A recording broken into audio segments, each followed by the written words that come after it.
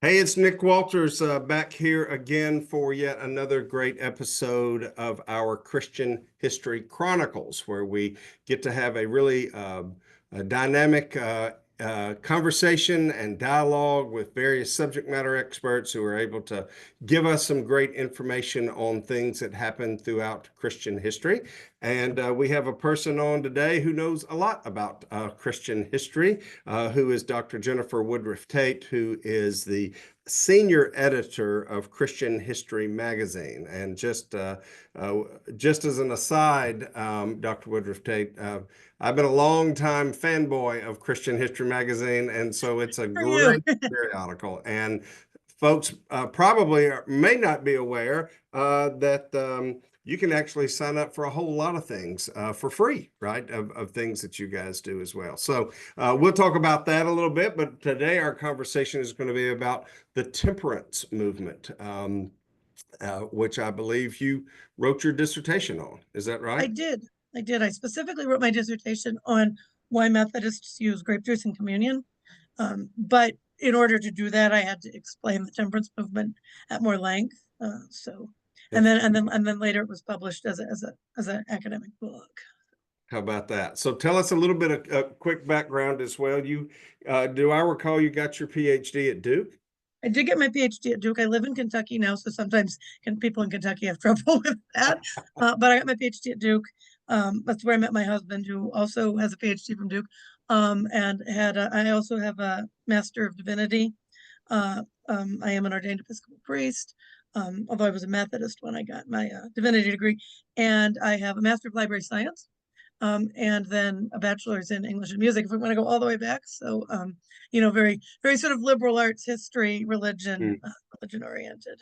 Oh yeah, well that's our sweet spot of what we are doing at the Center for Christian History. I can assure you is exactly as part of that. So for those of us who might need a little refresher on our U.S. and or American history as it relates to the temperance movement, what do we mean by that? By temperance as a is that something that was given the name afterwards and people look back, or did a group of folks get together and say, "By golly, this is going to be a temperance movement"? How did Yeah, that yeah. start? Actually, the word temperance. I mean, temperance is the English translation of of a Greek word that was originally used by Plato. Uh, so Plato wrote in the Republic about what virtues you need to live, to live a good life, not just a good individual life, but a good social life. And Four of them were prudence, justice, temperance, and fortitude. Those are the English translations, but that's what I'm going to use from now on. I don't propose to speak Greek for the rest of my life. Um, Thank you. and people began calling this the cardinal virtues. And if you've ever heard that term, that's what they are: Mhm. prudence, justice, temperance, and fortitude. More modern take on it. Sometimes people say wisdom, justice, moderation, and courage. You get the general idea. Then Christian thinkers, of course, came after Plato, said, well, there's also specifically Christian virtues that you can only, anyone can practice prudence, justice, temperance, and fortitude. Christians need the Holy Spirit in order to practice faith, hope, and love. So they added those Christian virtues to the cardinal virtues, which is sort of a side note, but that's where the whole concept of temperance comes from. And so basically, for thousands of years, it's this idea of moderation. It's like you experience good things, but you experience them in a way that's in right proportion. So you might enjoy, it was very relevant to what's come. You might enjoy good wine, for instance, but you don't get drunk. You might enjoy beautiful music, but you don't, kidnap the composer, lock yourself away and listen to it all day. You might enjoy a lovely meal, but you're not a glutton. So temperance has this idea of, whatever your life is, you enjoy good things in proportion to the rest of your life, but you don't let it overwhelm you. And sometimes for some people, that could involve asceticism, abstaining totally. So, for instance, in the Middle Ages, there was this rule that before having communion, people would not eat before they would come in to receive the Eucharist, which they did only about 3 times a year, but that's a whole other story. And so it's like, okay, well, the proper thing to do at that moment is to be an ascetic and not to eat, even though in the rest of your life you eat. Or if you're also in the ages, and also now if you're a monk, you don't own property. So you can abstain totally from a thing, but that's not the only meaning of temperance. But in the 19th century, for a lot of Protestants, Methodists were chief among them, and they were who I studied. But if you go and you look up Presbyterians in particular, you'll find a lot of Methodists were the most, and Baptists to some degree, the most committed to the temperance ideal. You know, Lutherans are not really Catholic light, but Lutherans are like, no, we're going to keep our beer. Presbyterians were kind of divided on the issue. Episcopalians, they were like, no, this is not served for us. But Methodists led the charge to the idea of temperance, as just moderate practice of drinking in particular is not sufficient to where we are in our society for a whole bunch of reasons. One of them is that people in the colonies and in the early republic drank all the time. There is this bar bill for like a party for George Washington's inauguration, which if you look this up online, you can find a primary source listing it, where there were like, I don't know, 50 people and there's like 70 bottles of brandy. And it's just amazing. When people were, and I don't know exactly how you measure this scientifically, but when I did the dissertation and later the book, people around that time were drinking about like 7 gallons of absolute alcohol a year, I think was the statistic. And even like after all the other things that happened in American history and in church history that we're going to talk about, even after Prohibition, even up to the year 2000, which was when I did the statistics, it may be greater now, it was about a gallon. So it is just impossible to imagine how much people were drinking in the colonies.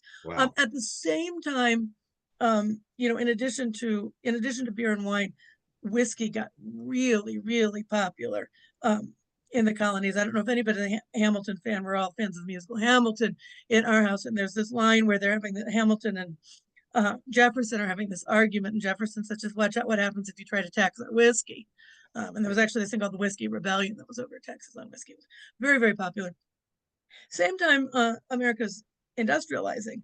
And so, if you have a town drunk in a small village, he can probably still live sort of a productive life, or people will help him out. Or if you have a town drunk who's trying to operate heavy machinery, this is a big problem. You'll still give Otis the key to the jail to yeah, it is exactly. It's like but after that, don't let him drive the bus into Mount Airy, right? That's not. Yeah, exactly. So people are like, look, and cities are growing, in America, obviously. First, when white settlers come here, the indigenous inhabitants did not live in urban. They migrated. It was not generally, at least North America, these great urban centers full of heavy machinery. So, white settlers start building these cities, and they have factories, and people open bars, and people open houses of prostitution adjacent to bars, and so a lot of people in the early 1800s said, you know what? Basically, the word temperance is, temperance in terms of alcohol is not just being moderate. Temperance in terms of alcohol means don't drink it at all. There are certain things in the world that are, hurtful, and Plato would have said that too. But what these people did was they moved alcohol from the category of things we can use moderately and enjoy, but don't use to excess, to these are things that temperance says we can't, that the virtue of temperance says we can't use at all. And so the word temperance got almost entirely identified with the idea that you don't drink any alcohol at all. In Britain, where temperance movement was popular, although not quite as popular, but still pretty. There were a lot of people ready for it. The word is usually teetotalism, just as an aside. Nobody knows quite where it comes from. They think it was from a guy trying to say he was a total abstainer and stuttering, like teetotal. Okay. But if you're talking about this in British history, reading British sources, talking to British historians, you will the term for totally abstaining from alcohol, they would generally use the term teetotal. So that's kind of the general background. It's like, the idea that we should consume alcohol in a moderate, in a appropriate proportion have been around for a long time. What's new in the early 19th century is people saying the appropriate proportion is none. And a lot of it at first was like, okay, well, you should not consume distilled spirits. So it's like, whiskey, which of course is a big problem, gin, which in Britain was a big problem. You know, it's okay to drink wine and beer moderately, but you should not consume distilled spirits. That's the early 19th century. By the time you get to about 1830, people are like, no, no, it's all bad, every single bit of it. So I don't know if you have any questions about that. No, Or, no, no. yeah. And is that because those people who either were not, let's just say, people of regular church going faith, uh, knew of what the excess of drinking alcohol was doing to family members or to other people in the community, or they just noticed every time I turn around, there's 10 drunks and they're just too much to have to fool with? Or is that really kind of maybe what stems, I mean, where some of that was Yeah, coming I mean, it's like, you know, you have to think about how prevalent church going was in the early 19th century. So a lot of the people who were like the civic leaders who are leading this, sometimes for non-religious reasons, are also Christians. You know, so a lot of times it's coming from both from, you know, the mayor doesn't want drunks on the town square because it's bad for public order, and also because he's a Christian and he's a Protestant Christian. He's become convinced, you know, because he's a Methodist, you know, Right. that that nobody should be drinking. So it's coming from kind of both those places, and you know, it's definitely coming from this idea, which was really strong at the point that, you know, in order to have and keep our republic, we need a virtuous citizenry. You know, so there's a completely secular motivation for this, but but I studied a lot of the religious folks, and you know, and they would wrap the religious things right in with the civic things and say, you know, in addition to all the terrible things it's doing to the social order, it's also immoral. Um, and they definitely, you know, people led with, you know, and this is something I think people have. If people think about the temperance movement at all, they usually think about kind of the end, which is prohibition, and they think, and you know, some people are like, okay, yeah, that was wonderful, we should have kept it, and some people are like, yeah, they were just complete killjoys, you know, and they didn't want anybody to have any fun. But either way, the people that think about that usually think, oh, that was a conservative thing. Temperance was a progressive social cause in the 19th century. The people that were advocating for what they called Maine laws. The state of Maine passed this law forbidding, you know, the sale of liquor, and everyone else then was trying to pass Maine laws in their towns and in their states and stuff. You know, the people who were agitating for that were also the people who were agitating for uh, often women's suffrage. They were agitating against slavery, which meant that temperance wasn't nearly as popular in the South as it was in the North. And then after, you know, after the Civil War, they were often agitating for better treatment for freed African Americans. They were really like, this is scientific. This is based in the best science of the time, because people in the 19th century loved to do scientific experiments about everything, but about alcohol.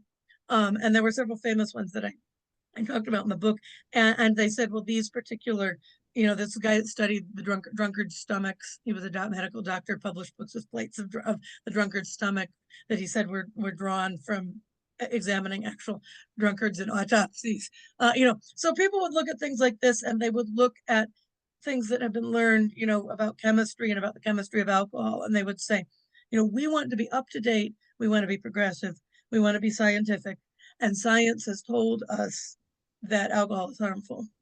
And so why would we, you know, why would it be like, you know, benighted Catholics, because that was the whole thing was going to, you know, I would be like, you know, beholden to tradition when we have science, and science tells us, you know, that we should go forward. And, you know, and there was a lot of scientific stuff, particularly around the communion thing, because people would say, well, look, chemists tell us that even a small amount of wine can intoxicate. And so, you know, why would we have any wine at all at the communion table? Even though obviously at the communion table, you're not giving people like, you know, a beer mug, you know, you're giving them this little tiny bit, but they're like, you know, that's enough. It'll mar you for life. And I heard that message in my own childhood. You know, don't ever, you know, have any alcohol at communion, because you will immediately become an alcoholic. I went to a Lutheran college and I had alcoholic communion, and I'm fine. You know, but that message, you know, it was like, just, you know, it is the chemistry of this tells us this is so strong, this will happen. So then how you would take those maybe various beliefs that would have come together about the particular subject itself as it relates to consuming alcohol, et cetera. How does that get knitted into an actual movement of something that we would say. I mean, if it was, hey, I agree with you, you agree with me, nobody's using Facebook to be able to connect to each other, but somehow or another the message is getting through there. And then how does it morph into something, as you mentioned, of what we might often think of, which is kind of maybe the culmination of that, if you will, of prohibition and a piece of that. How does it move to something like Yeah, well, one of the great fallacies of people who are now on social media is that nobody knew anything and nothing got around before social media. Because when I used to be a librarian at the Methodist Center at Drew University, I would take people upstairs and show them these tracts, not just about alcohol, but tracts in general that John Wesley had written. And I'm like, this was before Facebook, but it was like, these are the blogs of the 19th century. right? So this happened not just around alcohol, but around everything. There was an American Tract Society that all kinds of lifestyle issues, missions, scriptural literacy, tracts were like, I don't have a piece of paper here to fold, but you take a piece of paper and you fold it like once and then you fold it again and then you sew down the middle and cut the side. You've got like 8 pages, really cheap to make. And they just, they do, really cheap to publish, really cheap to get into the hands of people. And so it's like, you can publish any sort of news that you want to get Sure. out. Yeah. And so there were, like I said, there was the American Tract Society, and so they published tracts against alcohol. But there was also several temperance societies formed specifically to the names escaped me. I think it was the American Temperance Society. But anyway, there were several groups formed that were sort of, non-denominational. I mean, they were non-denominational, but they were Protestant the way in the 19th century, Sure. a lot of Right. that. But but they were groups of Protestants mostly, although there were a few Catholics who did get involved in this, and I could talk about that. And they would publish these tracts. They would have meetings. People formed the Anti-Saloon League. Eventually, in the 1870s, there's this women's crusade where a group of women, who still can't vote at this point, but are working to get the suffrage so they can end the saloons. But they decided in the meantime, what we're going to do instead is we're going to go and it was in Ohio mostly, and we're going to go and we're going to pray outside of all these saloons. Okay. And this went on for like months. Groups of women praying outside saloons for the saloons to go away. And that's actually part of what leads to the formation of the WCTU and Francis Willard, which you had answered earlier, is Francis Willard and other people look at the energy of these women working in support of temperance. We could have a national organization. Imagine what we could do with a national organization. So there's all these organizations, all these groups that really take it from individual ideas into, social action, publishing, literature, devotional works, theological works, propagandistic works. And I mean that more as a description, just sort of things like, this is our message. This is what there, so it's this network of people, interacting by publishing tracts, being in societies, writing each other letters, getting together to do protests, in front of saloons or elsewhere, writing their legislators. Like, Maine passed a law against this. Why can't we pass a law against this in Kentucky? So it just kind of snowballs. So was it though, did it take a while for it to kind of for lack of a better way of saying it, kind of where it turned political into an action that, hey, we want this on the books, that this is, we're going to get rid of these saloons, or we want this on the laws, general laws, that no alcohol sale on Sundays, or whatever it was. It was very, as compared In to. all honesty, but one of the things that amazes me about everything about the temperance movement in general, sort of how quick it was. How quick, what I wrote about in my book particularly was how quick people suddenly decided that after 1800 years of wine and communion, they weren't going to do that. But it was also, it was very early on, people realized that just urging people they knew or urging people they didn't know through tracts or whatever not to drink was not going to be enough without a society that was structured. And by in 1810, not very many people were talking about this, and by 1851, which is not that long, an entire state, which is Maine, has a law in the books that says no alcohol. Alcohol is prohibited. So in my mind, that seems like, I'm 53, so okay, that's my lifetime. But but it's also like, as historical movements go, as broad trends go, it actually feels, when you're reading about it, really fast. because it's Hmm. like society almost changes its mind overnight. I mean, it doesn't really, or these people wouldn't be continually publishing more things because not everyone has changed their mind. But the idea that it needs to involve political and social as well as individual action is pretty early. Yeah, yeah. And well, and particularly, I guess, because the country was expanding more and more and more, right? And there was more manifest destiny and this kind of thing. This thing started to move, and you're starting to set up new towns and you're setting up Yeah, new and one thing I territories. haven't talked about yet at all, but I should talk about is that Oh, yeah. there's a huge racial aspect to this, because the stereotype is that anybody who wasn't considered like pure white northeastern stock, so including Irish, Italians, and anybody who's Catholic, Right. basically no matter where they come from, Right. um any and of course then African Americans, indigenous peoples, people, there's a huge amount of, okay, these people are more prone to drink. We need to Mm. sort of help them out of this benighted situation. In the case of Catholics, it was sort of help them out of their benighted faith.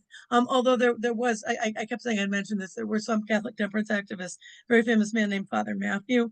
I actually went to see, he was from Dublin, and I actually went to see a statue Huh. when I was in Dublin some years ago, who became convinced of that temperance was the right thing to do, and went around speaking, campaigning, that kind of thing. So it wasn't that there were no Catholics who were interested in temperance, but sort of as a the stereotype was, oh, Catholics are all drunks. So but it was like sort of like one of the things we need to do to make these people who are not like us more like us is to make sure they don't drink.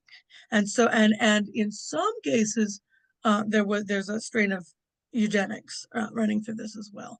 The idea Mm. that we need to reproduce more people who are, good white, European, Northern Western Right, right. Europeans, and so we need to not drink because that'll pass on, defects, to babies. And I actually read an article published by a medical doctor in the American Medical Association journal a little bit before 1900, where he was like, well, ancient Romans exposed, deformed infants, and we don't do that, but we probably should.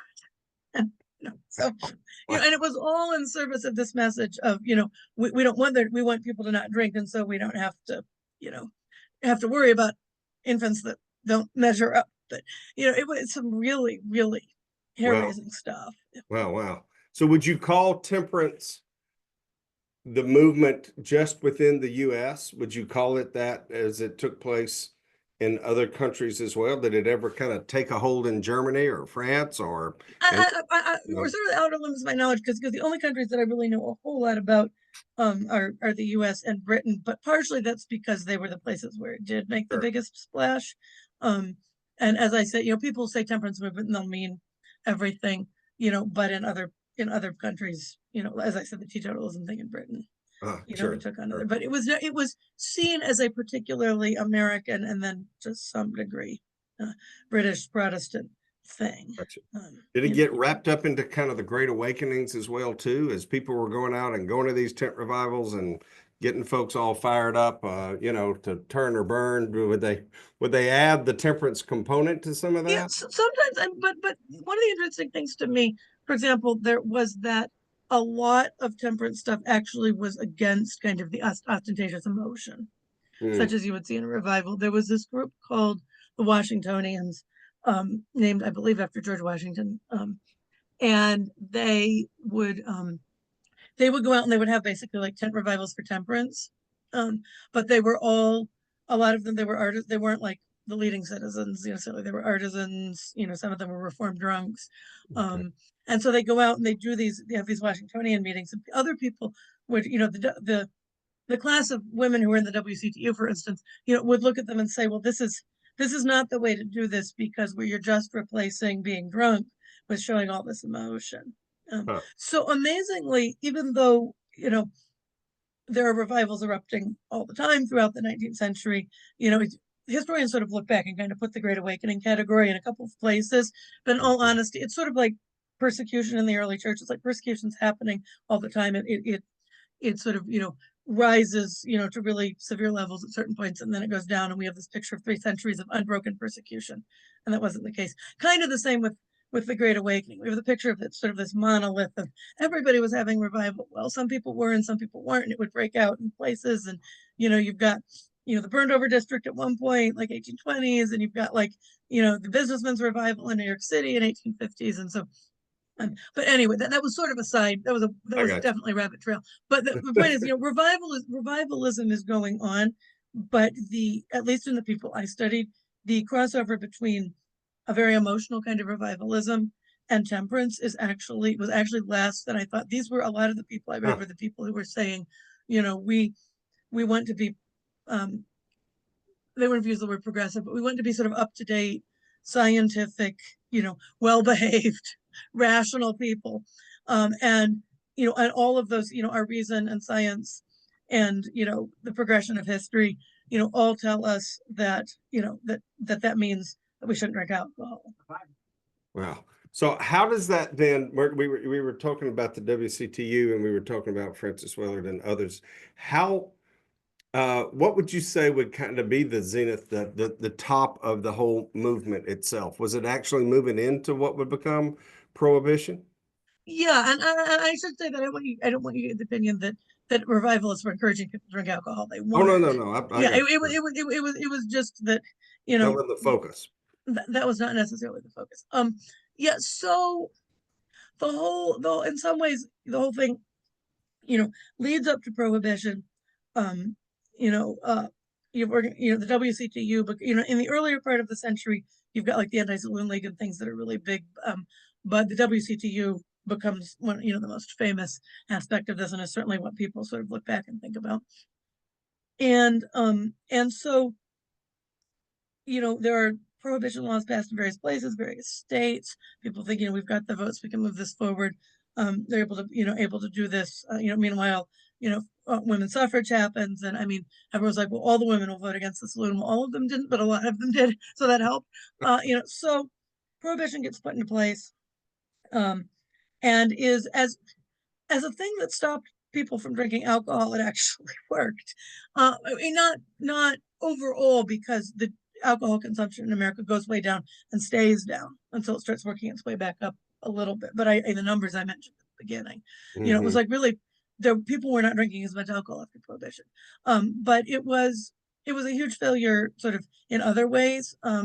There were a lot of people who, Al Capone's, of course, very famous, but, sort of skirted the laws and built empires on, getting people illegal alcohol.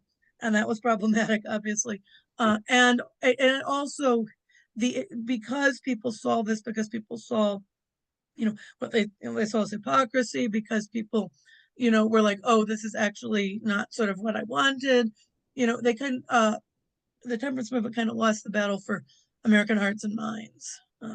And I read a very interesting book, and I'll have to look up the name. Maybe you can like share it in show notes or something.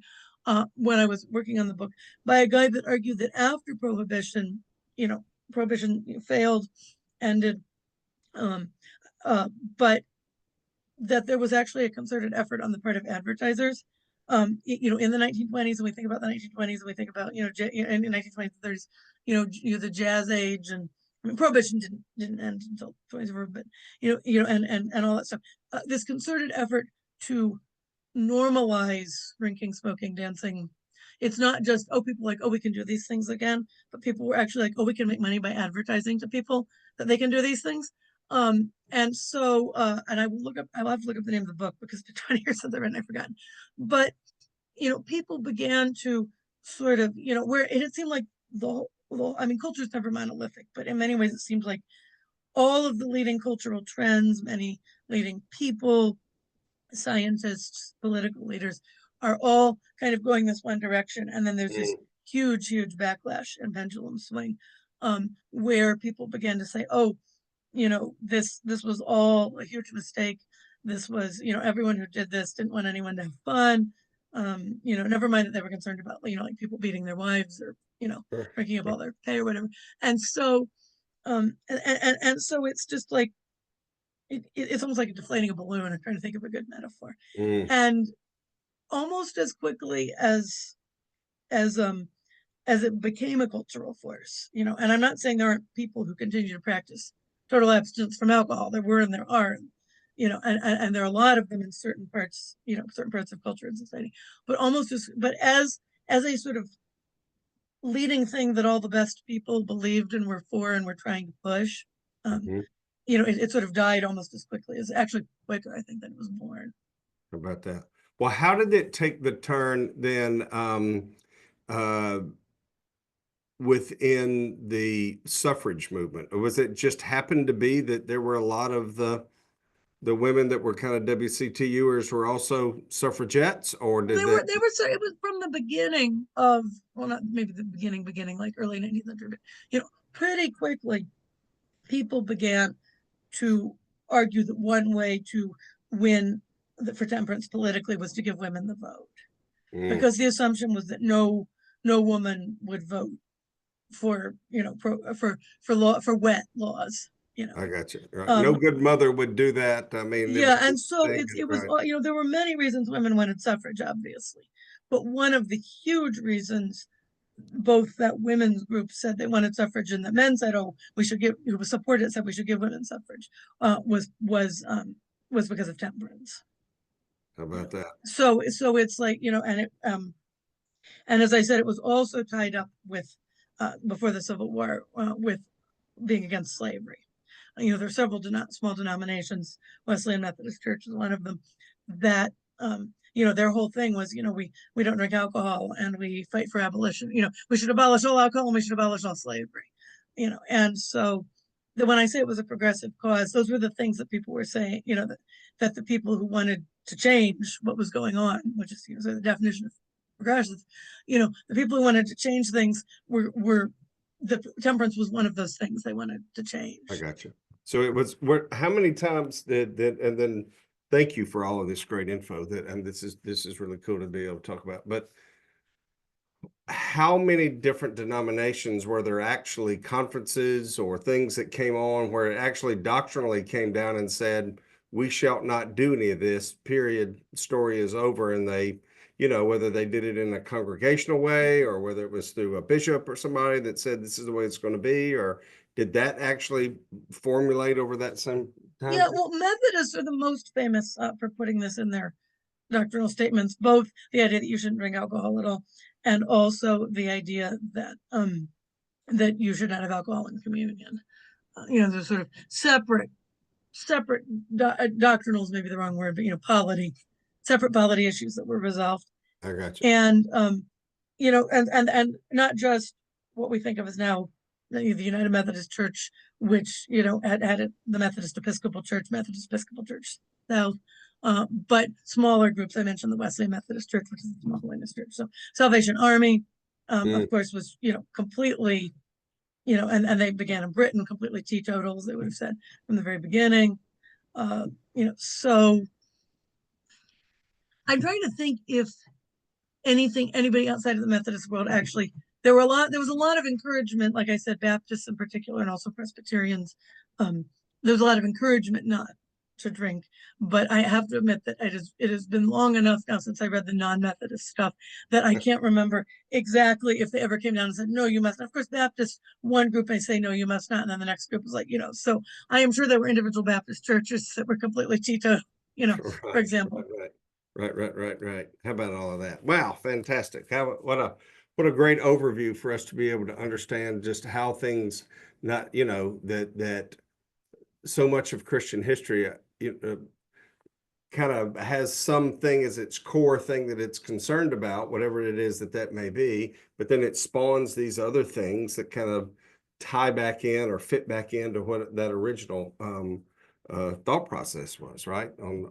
So temperance being one of those, right? Of where that would be as well too. So how interesting and all that stuff. Well, tell me what we left off that we didn't talk about that we should make sure that if we spend our time listening to this great interview and we walked away and we went, oh, should have told them about that. Is there anything in particular you can think of we hadn't covered? I think we covered a lot of things. I mean, I think one thing that might be interesting is kind of the way this all went historiographically. I know that's a big word that just means what historian, how historians study history. So when I first got into this, which was in 2000 when I went to Duke, there was a lot more of the historians who had written about temperance were all, this is bad, and it's bad because these people were a bunch of stick in the mud killjoys, who didn't want anybody to have fun, or it was bad, or Marxist historians would be like, oh, it was bad because it was capitalism, and so if you go back, if you're like, oh, I want to read some more about this, and you get some books, particularly books that were written more about 2000, you're going to find a lot of historians saying nothing that I just said.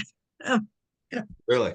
Yeah, because the kind of this kind of recovery of temperance as a progressive cause is something that's very much happened over the last 20, 30 years.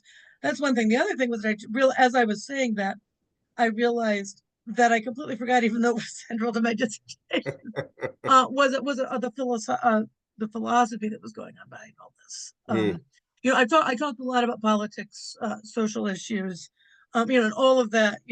All of that was was very much part of this. But one of the things, when my advisor sort of probed me, like, well, this happened very quickly. Why did people change their minds so quickly? And some of it was, the evidence of what they saw in the cities and in the factories, and with men leaving their wives, that kind of thing. But from a philosophical perspective, which I haven't talked about at all, the 19th century is very much, and it's also behind the trust in science. The 19th century was very much this era when a philosophy which is called common sense realism came to the fore. And common sense realism is more complex than this, but the way it was kind of like boiled down was this idea that you're like a computer that's taking in sense data from the outside world. So what you see, hear, touch, taste, feel, comes to you unmediated, and you can think about it and sort of send it back out unmediated. And so you can make rational decisions based on completely, unmediated, unaffected stimuli from the outside world. This is not something any neuroscientist believes now. But a lot of the things that people objected to, and alcohol was chief among these things, were objected to because they interfered with that process. So it's like, if you get drunk, then you can't see and hear what's going on around you as well. If you're drunk enough, you can't, you're not able to, so you're not getting the right data to make the right kind of, draw the right kind of conclusions. And so mixed in with, political concerns, social concerns, cultural concerns, is this philosophical concern that you're basically sort of doing something to the image of God within yourself and preventing yourself from functioning as a rational human. If you drink, if you smoke, if you read French novels, if you dance, there's this whole category of things which are later, that 100 years later, it's like, okay, these are the things nobody does at an evangelical college. It's like a lot of them had their roots in this idea that we don't do those things because if you do those things, you interfere with your ability to be a rational human, and you should not do that. So I want to make sure I suddenly realized that I jumped in at the politics and culture end of the pool and forgotten to talk about that. But well, I might have drug you into that part of the pool, whether you wanted to go there or not. So if I did, then that's on my bad. Well, remind us and tell us, for those that would like to know more about this, where would someone get a copy of your book? Yeah, well, my book is still in print. You can go to any place you normally order books and order it. It's not terribly cheap because it's an academic book. I think you can get a Kindle version for $15. Okay. Ebook version. It's on Amazon, Barnes and Noble. It's on the University of Alabama Press website. And the title is what? Remind us of that. Remind us of the title. The title. I don't think I ever told you the title. So the title is The Poisoned Chalice. Poisoned Chalice. The Poisoned Chalice, and there is also a murder mystery by that title. And so if you look it up online, you should do so using my name, or you're gonna get the murder mystery. But you could a public library is not going to have it, but could interlibrary loan it. Academic libraries may have it. Right. There is, as I said, an article I wrote for Christianity Today some years ago, which if you happen to have a subscription, people happen to have a subscription to that. It's called The Teetotalers I Never Knew. And it's basically everything I just said, only in 2,000 words. Okay. So fantastic. And tell us a little bit more about Christian History Magazine and about CHI for those that would like to learn more and would like to participate and sign up and for some great Yeah, well, resources. the most salient thing is our website, which is christianhistoryinstitute.org. If that feels like a lot of S's when you're trying to type it out, you can just Google that. So all of the past issues, all the way back to the very first issue, which was 41 years ago now, are on the website. Everything from 2011 on is on there in like full color with pictures, and some of the earlier ones are as well. So you can read anything you like for free. Mm-hmm. If you want to subscribe or buy back issues, it's pretty clearly indicated on the website how to do that. There's also teaching modules.